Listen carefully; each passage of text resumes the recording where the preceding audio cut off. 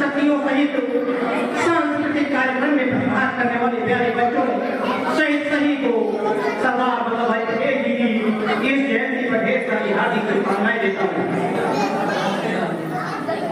मैं करुणा के सागर तथागत भगवान बुद्ध सहित समस्त बहुत महापुरुषों को सतत नमन करते हुए मैं बताना चाहता हूँ कि लौह पुरुष सरदार वल्लभ भाई पटेल जी एक महान स्वतंत्रता सेनानी, राष्ट्रीय एकता एवं अखंडता के प्रति आधुनिक भारतीय निर्माता, भारत का विस्तार, भारत का सकाल, अपनी दृढ़ता, दूरदर्शिता, नेतृत्व क्षमता, वाक्पटुता, बुद्धि चातुर्य, दृढ़ इच्छा शक्ति, कुशल व्यवस्थापक, विनम्रता, व्यवहारिकता, त्याग, साहस, निष्ठा, दृढ़ निश्चय आदि गुणों के कारण जाने जाने वाले लौह पुरुष सरदार वल्लभ भाई पटेल जी की 150वीं जयंती के पावन अवसर पर उन्हें मैं कोटि-कोटि नमन करता हूँ। अब मैं सरदार पटेल जी के जो राजनीतिक कैरियर है उस कैरियर पर मैं चर्चा करूंगा कि इसका सफर कहाँ से शुरू हुआ और कहाँ अंत हुआ। तो सरदार वल्लभ भाई पटेल जी 1915 में सर्वप्रथम ये गुजरात सभा के मेंबर बनाए गए, वहीं से उनका राजनीतिक कैरियर की शुरुआत होती है। 1916 में गांधी जी से पहली बार मुलाकात हुई उनकी। गांधी जी से प्रेरित होकर वो स्वतंत्रता आंदोलन में आए और 1917 में अहमदाबाद म्युनिसिपैलिटी के कौंसिल चुने गए और सीएटी व पब्लिक वर्क कमेटी के चेयरमैन बनाए गए। 1918 में अहमदाबाद जिले में अकाल राहत का बहुत ही व्यवस्थित ढंग से उन्होंने प्रबंधन किया। अहमदाबाद म्युनिसिपल बोर्ड से गुजरात सभा को अच्छी धनराशि मंजूर कराई, जिससे इन्फ्लुएंजा जैसी महामारी से निपटने के लिए एक अस्थायी हॉस्पिटल स्थापित किया गया। 1918 में ही सरदार अकाल प्रभाव खेड़ा जिले में वसुधै में जो रेवेन्यू के जो टैक्स आंदोलन का सफल नेतृत्व सरदार वल्लभ भाई पटेल ने ही किया और उसको माफ कराया। सरदार पटेल ने 1919 को गुजरात सभा को गुजरात सूबे की कांग्रेस कमेटी में पकड़ दिया, जिसके सचिव स्वयं सरदार पटेल बने और उसके अध्यक्ष महात्मा गांधी जी बने। 1919 में ही सरदार पटेल ने सत्याग्रह पत्रिका की शुरुआत की। इसके बाद 1920 में असहयोग आंदोलन में सरदार पटेल ने स्वदेशी खादी कुर्ता धोती चप्पल अपनाया तथा विदेशी वस्तुओं की धोती भी उन्होंने जलाई। 1920 में ही तिलक को राज करने के लिए 10 लाख रुपए फंड और गुजरात से कांग्रेस के लिए 3 लाख सदस्य भी उन्होंने बनाया। इसी वर्ष अहमदाबाद नगर पालिका चुनाव में सभी ओपन सीट पर उन्होंने जीत हासिल किए और सरदार पटेल 1921 में भारतीय राष्ट्रीय कांग्रेस के 36वें अहमदाबाद अधिवेशन में स्वागत समिति के अध्यक्ष बने। 1921 में ही गुजरात कांग्रेस कमेटी के पहले अध्यक्ष भी बने।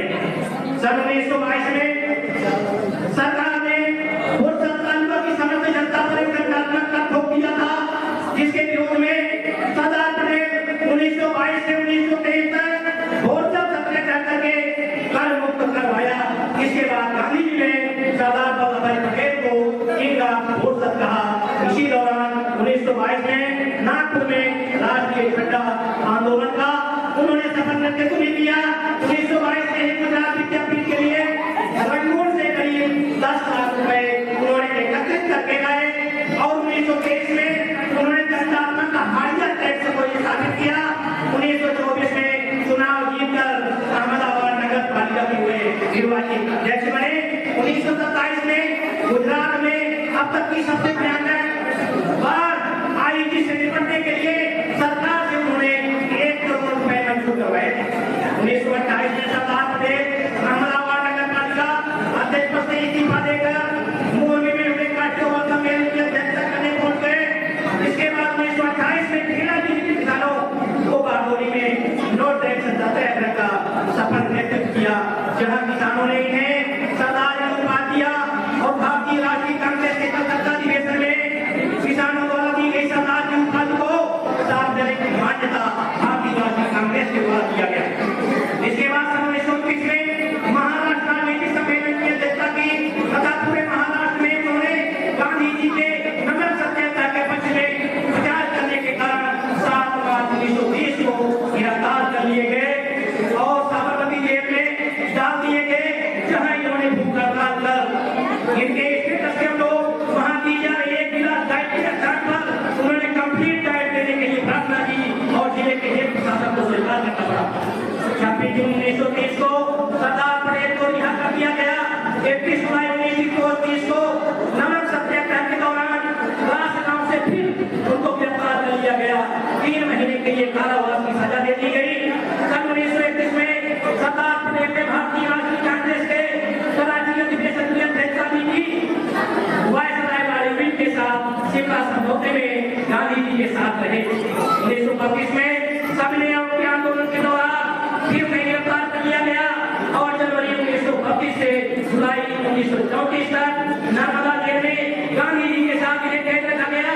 इसी दौरान इनके बड़े भाई विक्रम भाई पटेल जिनेवा के पास एक महीने के उनका देहांत हो जाता है। उन्हें नाक की बीमारी थी, जिसके कारण सरदार पटेल को 1934 में पुनः रिहा करना पड़ता है। 1935 से 1942 तक भारतीय राष्ट्रीय कांग्रेस के संसदीय बोर्ड के चेयरमैन रहे। 1937 से 1940 तक कांग्रेस मंत्रिमंडल के 8 सूत्रों में चुनाव पर्यवेक्षक थे। चुनाव में उम्मीदवारों के चयन का कार्य भारतीय नीति पर था। ब्रिटेन पर भारत की स्वतंत्रता के लिए दबाव बनाने के महात्मा गांधी ने सरदार वल्लभ भाई पटेल को लाओ उसकी पदवी दी थी और साथ में विखंडित रियासतों को एक राष्ट्र में एकीकृत करने के उनके प्रयासों के लिए उन्हें भारत का विश्वास भी कहा। और गांधी जी ने सरदार वल्लभ भाई पटेल को 562 देश की रियासतों को भारतीय संघ में एकीकृत करने के प्रयासों के लिए भारत का गौरव भी कहा। उन्होंने 565 रियासतों को मिलाया था, लेकिन 362 देश की रियासतों को पहले मिला दिए। 3 देश की रियासतें ऐसी थी जो मिलने को तैयार नहीं थे, उनको बाद में तीनों को मिलाया। इसलिए 1948 में मिलाए गए और ये 1947 में स्वतंत्रता आंदोलन के सत्याग्रह में भाग लेने पर 18 नवंबर 1940 को इन्हें डिफेंस ऑफ इंडिया एक्ट के अंतर्गत गिरफ्तार कर साबरमती जेल में बंद कर दिया गया। आंख की गंभीर बीमारी के कारण 1941 में फिर से रिहा करना पड़ा। 1 वर्ष बाद ही भारत छोड़ो आंदोलन में भाग लेने पर अगस्त 1942 में अहमदाबाद कोर्ट में नेहरू आजाद और कई बड़े नेताओं के साथ यह भी गिरफ्तार कर लेते हैं और जेल में डाल दिया जाता है। पूरे की मर्यादा जेल में बाद में शिथिल किया जाता है। जून 1945 में शिमला वार्ता में भाग लेने के लिए जेल से रिहा करना पड़ा और 1946 में भारतीय संविधान के सेशन में इन्होंने हिस्सा लिया और संविधान सभा की कई सीटों के सक्रिय सदस्य रहे। 2 सितंबर 1946 को सरदार पटेल अंतिम सरकार में गृह मंत्री, सूचना एवं प्रसारण मंत्री बने। 4 अप्रैल 1947 को कलकत्ता विक्रम भाई महाविद्यालय का इन्होंने उद्घाटन भी किया और भारत सरकार ने 25 जून 1945 को रियासतों के लिए सरदार पटेल पर अधीन एक नया विभाग डिपार्टमेंट ऑफ मिलिट्री स्टेटस बनाने का निर्णय भी लिया। सरदार पटेल ने 1947 को स्वतंत्र भारत के पहले वो प्रधानमंत्री, गृह मंत्री, सूचना एवं प्रसारण मंत्री बने। 11 नवंबर 1947 को सोमनाथ भवन का दौरा किया तथा सोमनाथ महादेव मंदिर का पुनः निर्माण करने का निश्चय किया। नागपुर विश्वविद्यालय 3 नवंबर, बनारस विश्वविद्यालय 25 नवंबर को, इलाहाबाद विश्वविद्यालय 27 नवंबर 1947 को इन्होंने दाखिला की डिग्री भी प्रदान किया। 15 फरवरी 1948 को भावनगर, 7 अप्रैल 1948 को राजस्थान, 22 अप्रैल 1948 को मध्य भारत की इन्होंने स्थापना किया। 1948 में ही जोधपुर, जयपुर, बीकानेर, जैसलमेर, उदयपुर को भी इन्होंने संगठित किया और 11 से 16 सितंबर 1948 को हैदराबाद पुलिस एक्शन कर हैदराबाद को भी सेटल कर लिया। 26 फरवरी 1949 को उस्मानिया विश्वविद्यालय ने सरदार पटेल को डॉक्टर का डिग्री प्रदान की। सरदार वल्लभ भाई पटेल ने 7 अक्टूबर से 15 नवंबर 1949 तक जवाहरलाल नेहरू की अमेरिका, इंग्लैंड, कनाडा की विदेशी यात्राओं के दौरान सफलतापूर्वक उन्होंने दायित्व को भी निभाया। 15 दिसंबर 1950 को सरदार पटेल जी को दिल का दौरा पड़ने से भाग्य के लिए हमको मिला। किया गया सरदार पटेल जी के निधन के 41 वर्ष बाद सन 1991 में भारत के सर्वोच्च सम्मान भारत रत्न से नवाजा गया। ये अवार्ड इन्हें इनके पौधे भाई पटेल द्वारा स्वीकार किया गया। फिर इनको जो है 1940 से 1945 तक इन्होंने मौलाना आजाद कांग्रेस के अध्यक्ष थे। भारतीय राष्ट्रीय कांग्रेस के द्वारा निर्णय लिया गया कि अंतरिम सरकार के समय जो कांग्रेस का अध्यक्ष होगा वही देश का प्रधानमंत्री होगा। अंतिम सरकार के पूर्व महात्मा गांधी ने मौलाना आजाद के पास 30 अप्रैल 1946 को एक पत्र लिखकर गांधी जी ने कहा कि अब आप कह दीजिए कि अध्यक्ष बनने का अब हमारा कोई इरादा नहीं है। इस पत्र के बाद पूरे भारतीय राष्ट्रीय कांग्रेस में खबर फैल गई कि गांधी जी नेहरू को प्रधानमंत्री बनाना चाहते हैं। 29 अप्रैल 1946 को कांग्रेस राज्य समिति की बैठक में पार्टी का नया अध्यक्ष चुना जाना, जिसे कुछ महीने बाद अंतरिम सरकार में भारत का प्रधानमंत्री बनाना था। इस बैठक में महात्मा गांधी के अलावा पंडित जवाहरलाल नेहरू, सरदार वल्लभ भाई पटेल, आचार्य जे.पी. कृपलानी थे, डॉक्टर राजेंद्र प्रसाद, आनंद पाल के साथ कई बड़े कांग्रेस नेता शामिल थे। कमरे में बैठा एक शख्स जानता था कि गांधी नेहरू को अध्यक्ष बनाना चाहते हैं। परंपरा के मुताबिक कांग्रेस अध्यक्ष का चुनाव कांग्रेस कमेटियां ही करती थी। चुनाव में 15 प्रांतीय कमेटियों में से 12 प्रांतीय कमेटियों ने सरदार वल्लभ भाई पटेल का नाम प्रस्तावित किया था। बची हुई 3 कमेटियों ने आचार्य जे.पी. कृपलानी और डॉक्टर सीतारामैया का नाम प्रस्तावित किया था। किसी प्रांतीय कमेटी ने अध्यक्ष पद के लिए नेहरू का नाम प्रस्तावित कर दिया था, जबकि सारी कमेटियां अच्छी तरह से जानती थी कि गांधी जी नेहरू जी को चौथी बार कांग्रेस से चुनाना चाहते हैं। पार्टी के महासचिव जे.पी. कृपलानी ने प्रांतीय कांग्रेस कमेटी के चुनाव की पर्ची गांधी जी की तरफ बढ़ा दी। गांधी ने जब गांधी की तरफ देखा तो कृपलानी समझते कि गांधी क्या कहते हैं। उन्होंने नया प्रस्ताव तैयार का नाम प्रस्तावित किया। उस पर सबने दस्तखत किए, सवाल किए। अब अध्यक्ष पद के 2 उम्मीदवार से एक पंडित नेहरू थे और दूसरे सरदार पटेल थे। इस प्रकार से पंडित नेहरू कभी लोग अध्यक्ष चुने जा सकते थे। जब सरदार पटेल अपना नाम वापस ले लेते, जे.पी. कृपलानी ने एक कागज के नाम वापस लिखकर अर्जी लिखकर दस्तखत के लिए पटेल को बढ़ा दिया। मतलब साफ था कि चूंकि जानते थे गांधी कहते थे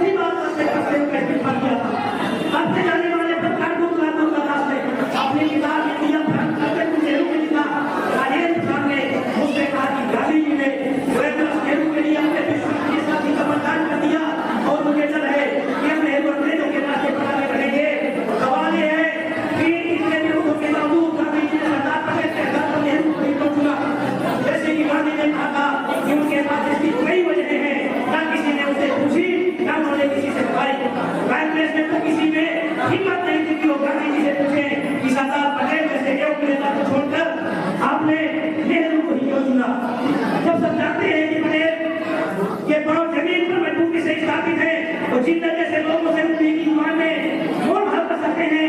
उनसे जब पत्रकार दुर्गादास ने सवाल पूछा तो गांधी जी ने माना कि बतौर कांग्रेस जैसे बने बेहतर नेगोशिएट आवाज में कर सकते हैं, लेकिन हमें लगता है कि हमको सरदार पटेल को करना चाहिए। जब दुर्गादास ने गांधी जी से पूछा कि आप ये सरदार पटेल से क्यों नहीं मानते हैं, तो इस पर गांधी जी ने हंसते हुए कहा जवाहर हमारे कैंप में अकेला अंग्रेज है। गांधी जी को लगा कि दुर्गादास उनके जवाब से संतुष्ट नहीं है, तो उन्होंने कहा जवाहर दूसरे नंबर में आने के लिए कभी तैयार नहीं होंगे। वो अंतरराष्ट्रीय विषयों के पटेल के मुकाबले अच्छे से समझते हैं, इसमें अच्छी भूमिका निभा सकते हैं।